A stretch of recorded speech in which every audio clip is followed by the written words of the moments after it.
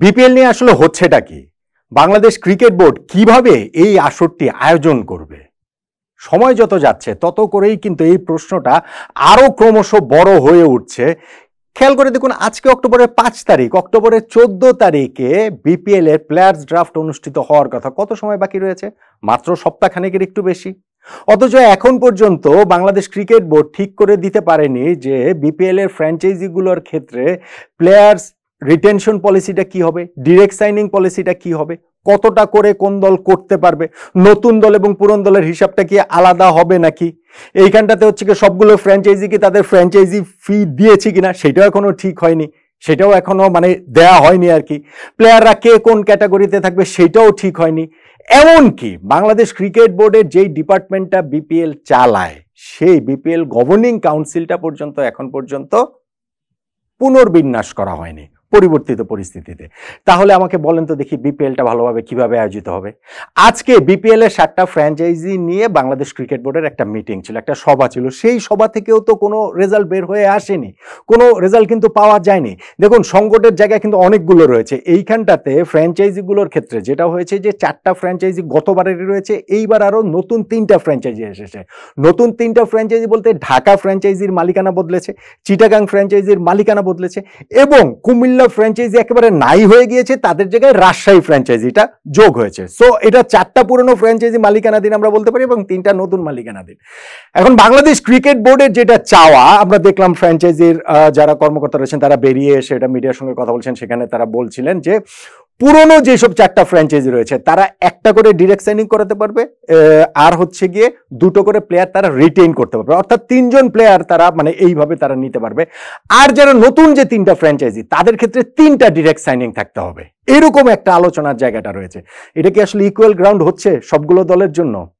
Let's say একটা খেয়াল করে দেখুন যে আপনি ধরেন বরিশাল গতবার হচ্ছে গিয়ে ফরচুন বরিশাল চ্যাম্পিয়ন হয়েছে। সো তারা তো তাদের বেশিরভাগ প্লেয়ার রেখে দিতে চাইবে, এবং এই বরিশালের মালিক তো বেশ কয়েক বছর ধরে ইনভেস্ট করছেন, তারা একটা ব্র্যান্ড তৈরি করার চেষ্টা করছেন, তাদের হচ্ছে গিয়ে নিজস্ব কিছু ক্রিকেটার, স্পেশালি বাংলাদেশের ক্রিকেটারদের দিয়ে সেই ব্র্যান্ড তৈরি করার চেষ্টা করছেন। তাদের দলে তামিম ইকবাল রয়েছেন, মুশফিকুর রহিম রয়েছেন, মাহমুদুল্লাহ রিয়াদ রয়েছেন, এখানে মোহাম্মদ সাইফুদ্দিন রয়েছেন, মেহেদী হাসান মিরাজ রয়েছেন, সৌম্য সরকার রয়েছেন। ধরেন আমি 6জন ক্রিকেটারের কথা বলতেই পারি, যাদেরকে দিয়ে তারা বেশিরভাগ ক্রিকেটারকে দিয়ে তারা তাদের ব্র্যান্ডটাকে আরো বেশি পরিচিত তারা করতে চান। এখন যদি তাদের ক্ষেত্রে নিয়মটা হয় যে একটা ডিরেক্ট সাইনিং এবং 2টা রিটেইন, তাহলে তো এই 6জনের মধ্যে তারা 3জন রাখতে পারবে, বাকিদের তারা রাখতে পারবে না। সো এটা হতে পারতো, আমার কোনো অসুবিধা নেই, এটা হতে পারতো। আপনি আবার যদি হিসাব করে দেখেন যে যেই দলগুলো গতবার বিপিএল এ প্লে অফে খেলতে পারেনি, ধরেন খুলনা খেলতে পারেনি, ধরেন হচ্ছে গিয়ে সিলেট খেলতে পারেনি, এরা তো আগের মালিকের অধীনেই রয়েছেন।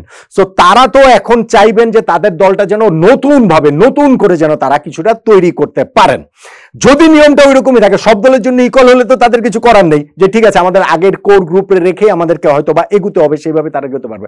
কিন্তু যখন আপনি নতুন ফ্র্যাঞ্চাইজিদের জন্য বিসিবির প্রস্তাব হচ্ছে গিয়ে নিয়ম করছেন আপনার 3টা করে ডিরেক্ট সাইনিং করতে পারবেন, তখন কি আপনার এই জায়গাটাতে ধরেন সিলেট স্ট্রাইকার্স কিংবা খুলনার মতো দল, তারা পুরনো দল হওয়ার কারণে সেটা কি তাদের অপরাধ হয়েছে? তারাও কি চাইবেন না যে তাদের নতুন করে ফ্র্যাঞ্চাইজি, আমি বলছি টেকনিক্যালি তাদের চাওয়ার কথা, এটা তো তারা থিওরিটিক্যালি বইয়ের হিসাবে তো তারা চাইতেই পারেন যে আমরা আরো ভালো দল করবো, আমরা পুরনো ফ্র্যাঞ্চাইজি হওয়ার কারণে কি আমরা সেই সুযোগটা পাবো না? নতুন যারা আসছেন তারা সেই সুযোগটা পাবেন। সংকটটা শুধু এইখানেও না, সংকটের জায়গাটা দেখুন, এইখানে যদি নতুন ফ্র্যাঞ্চাইজিগুলো 3টা করে ডিরেক্ট সাইনিং এ তারা সুযোগ পায়, তাহলে দেখেন কতগুলো প্লেয়ারের মধ্যে থেকে, কতগুলো ভালো প্লেয়ারের মধ্যে থেকে তাদের পিক করার সুযোগ রয়েছে। ধরেন গতবারের সেই ঢাকা, চট্টগ্রাম, কুমিল্লা এই 3 ফ্র্যাঞ্চাইজির মধ্যে তাসকিন, শরীফুল, তানজিদ তামিম, লিটন দাস, মুস্তাফিজ, তাওহিদ হৃদয়, তানভীর, জাকের আলী, এরকম কতগুলো প্লেয়ার ওপেন হয়ে যাচ্ছে যেইখান থেকে 3টা ডিরেক্ট সাইনিং করার সুযোগ এই নতুন যে 3টা ফ্র্যাঞ্চাইজি রয়েছে তাদের ক্ষেত্রে থাকছে। সেইটা কি পুরনো ফ্র্যাঞ্চাইজিদের জন্য ফেয়ার হচ্ছে?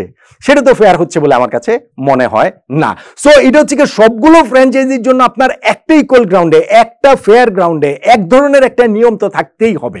এখন আপনি বলতে পারেন যে নতুন যে 3টা দল এসেছে তারা কিভাবে এক জায়গাতে থাকবে? আরে ভাই, পুরনো 4টা ফ্র্যাঞ্চাইজি তো রয়েছে, এখন ঢাকা এবং চিটাগাং চিটাগাং, এই দল দুটো মালিকানরা কেনা হয়েছে তো সেই পুরনো দল বিবেচনায় রেখেই।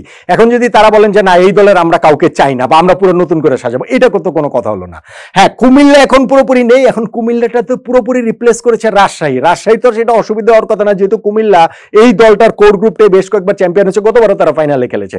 সো সেইখানটাতে তো সংকট হওয়ার সুযোগ আছে বলে আমার কাছে মনে হয় না। আর যেটা বলছিলাম যে প্লেয়ারদের ক্ষেত্রে, প্লেয়াররা কে কোন ক্যাটাগরিতে থাকবে, তাদের প্রাইসটা কিরকম হবে। গতবার যেমন ABCD তে ক্যাটাগরিতে এক একজনের মানে ওই প্লেয়ারদের প্রাইস ছিল মানে 80 লাখ, 60 লাখ, 30 লাখ, 20 লাখ, 15 লাখ এরকম ভাবে যে ছিল।